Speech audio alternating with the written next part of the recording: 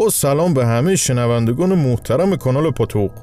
من اسماعیل هستم و در حال حاضر دارم سالهای پر از درد و رنج رو تحمل میکنم. این درد عمیق ریشه در دنیای ماورا داره. انگار طلسم یا سحری جلوی شاد بودن منو گرفته.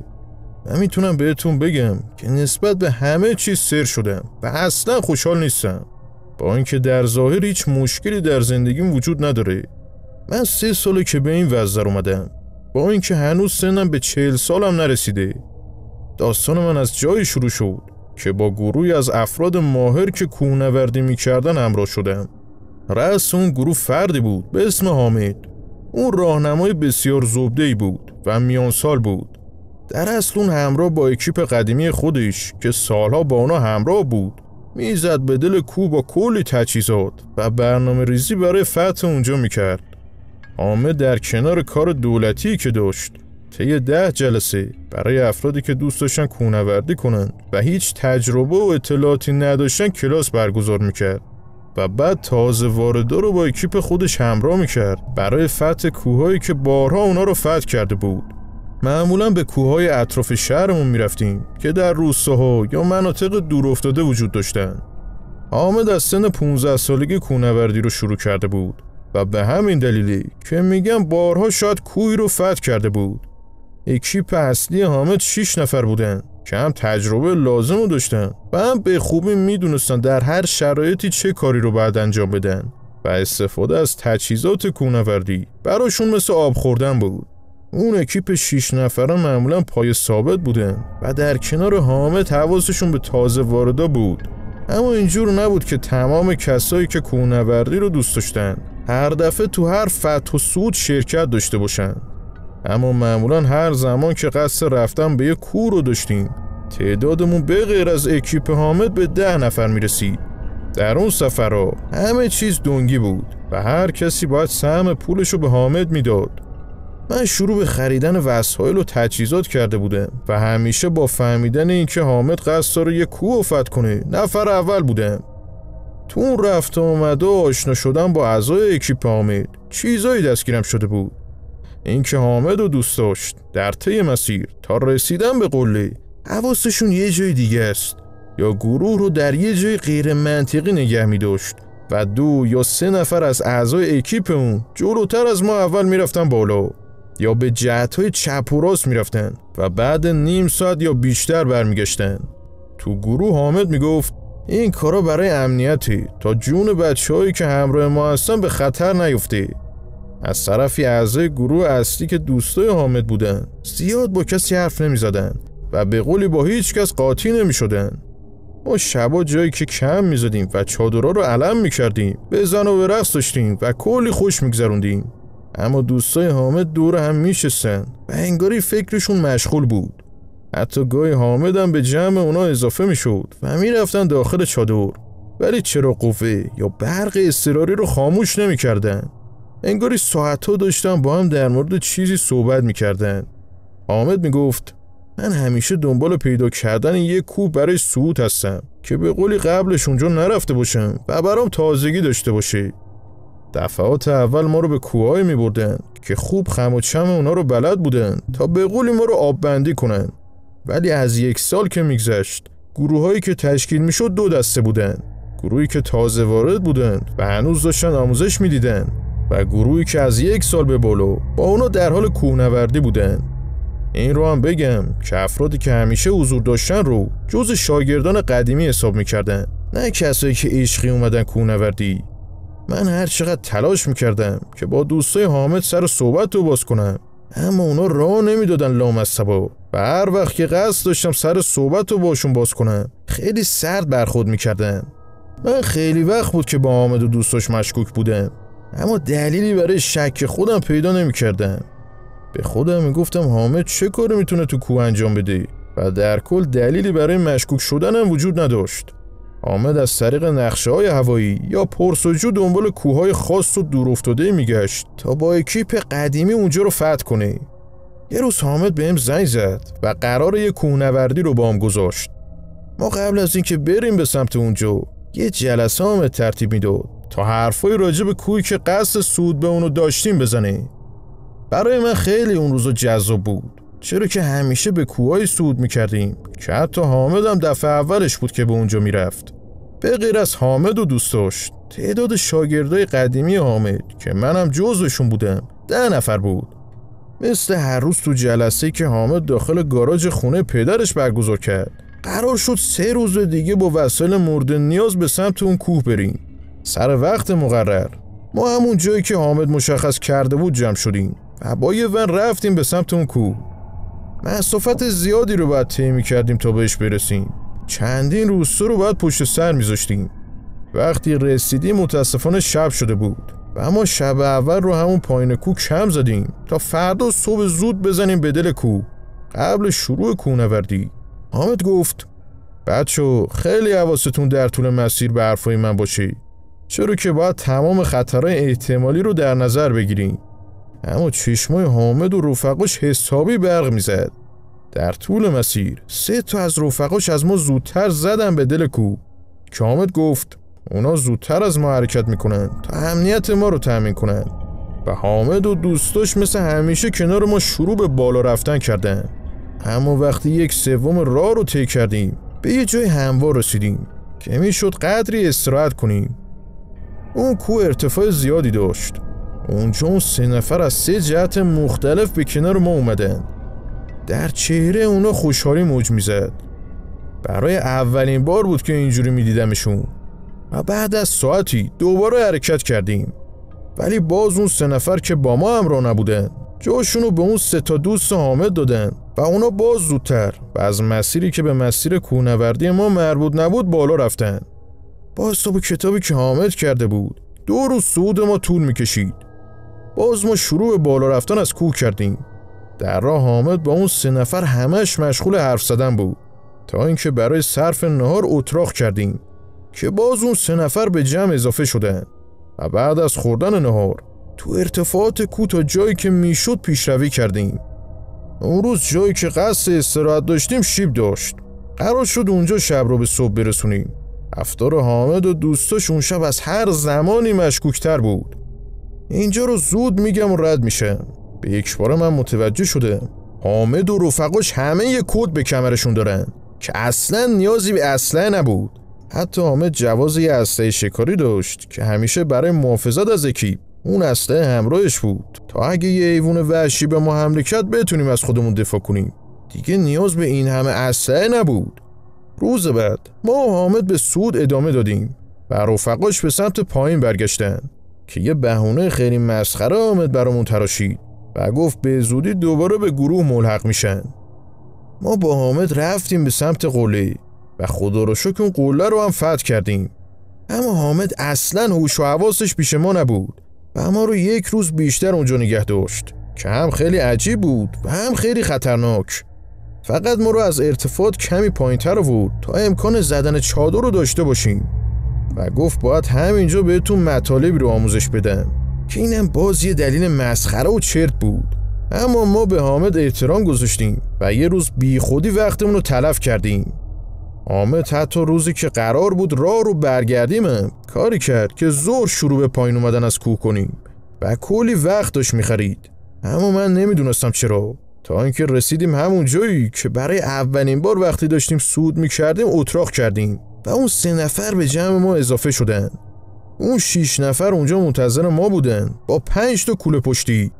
حامد به ما گفت وسایل بچه‌ها رو بین خودتون پخش کنید تا بریم پایین کوه.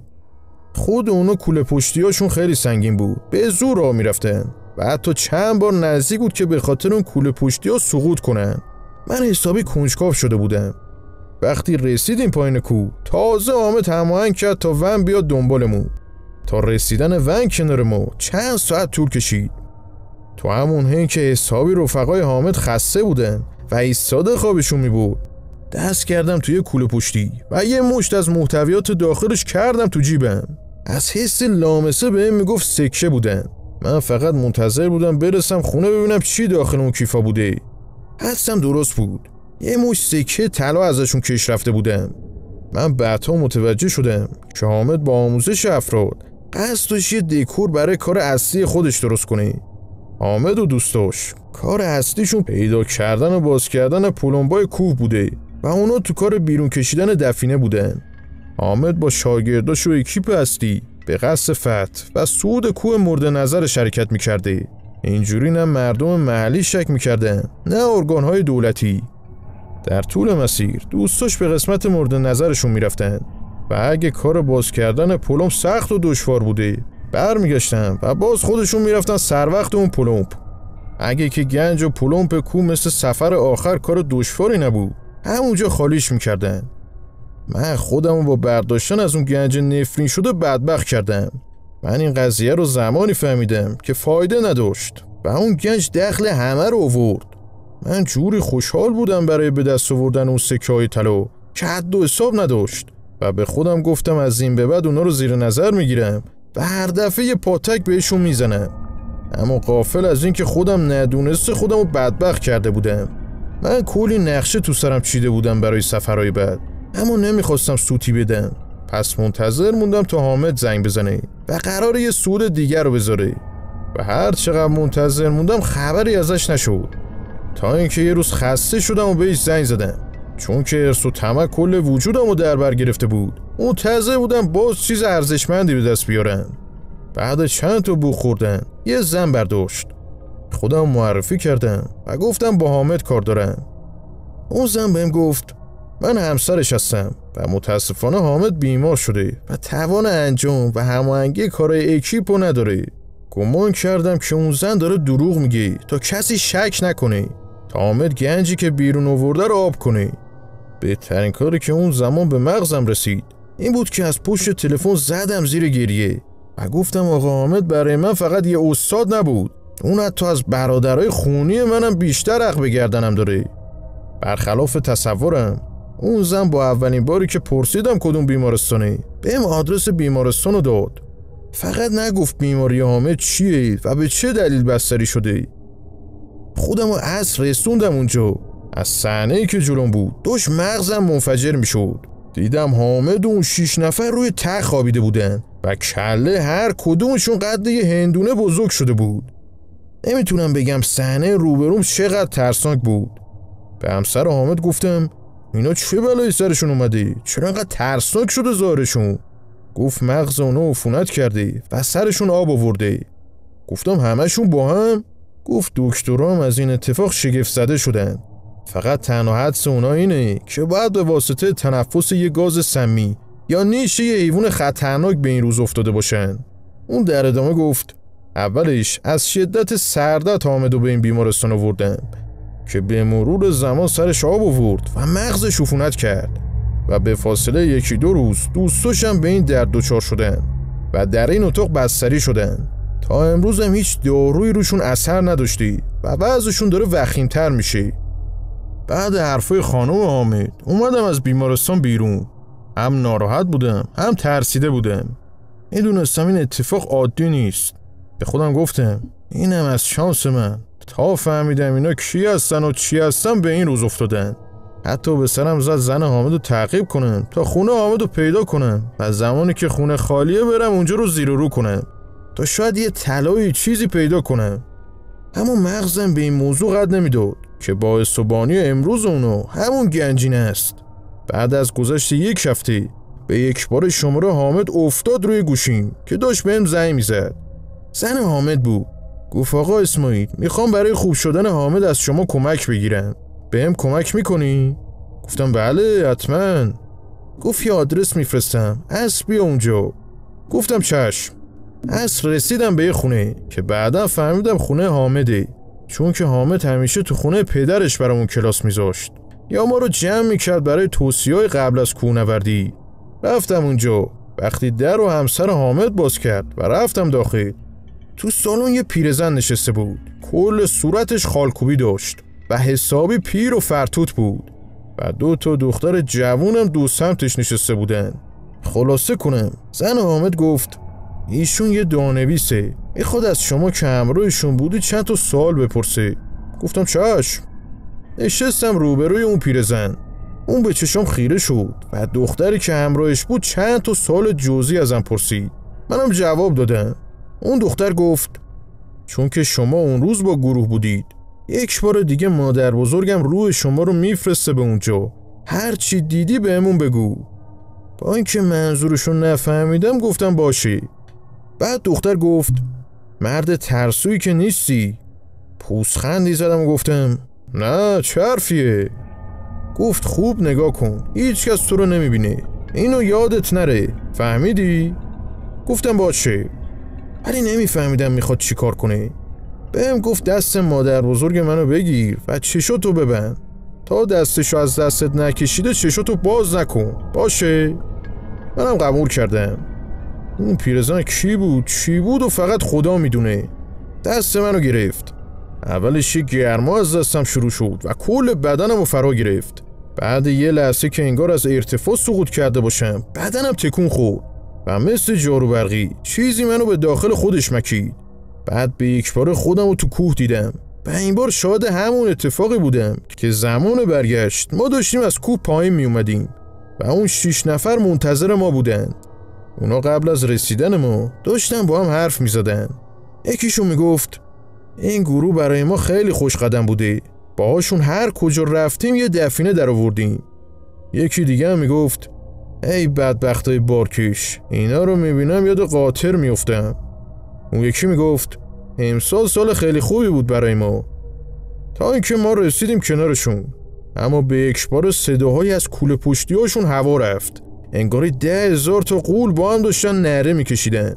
من گوشامو گرفتم ولی انگار اونا چیزی رو نمیشنیدن. هر چقدر که ما به سطح زمین نزدیک میشدیم صدا بلندتر و هولناکتر میشد. در عجب بودم چطور ما اون روز اون صدا رو نشنیده بودیم.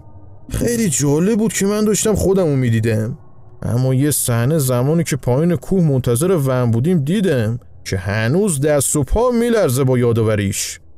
وقتی اون 6 نفر کنار هم نشسته بودن و داشتن چرت میزدن، گروه جونور زشت و کری از سمت چپ کوه بیرون اومدن و شروع کردن به گاز زدن بدن اونا انگاری متوجه چیزی نمیشدن.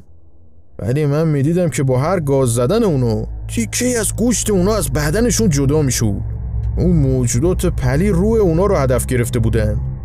از نظر ظاهر اون موجودات پوششی مثل قبیله‌های آفریقایی داشتن، ولی جثه خمیده داشتن و پاهاشون خیلی کوتاه‌تر از بالا تنه اونا بود، طوری که مثل یه عروسک زشت و بدقواره بودن. سرشون بیضی بود و روی صورت اونا دندونای اره‌ای اونا از فک بالا پایین زده بود بیرون.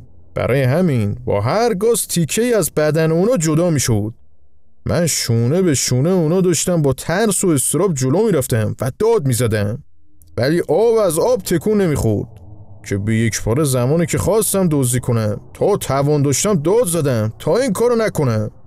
ولی این بار وقتی دستمو بیرون آوردم همراه با دستم کلی ماده لزج و بدبو بیرون اومد جای سکه.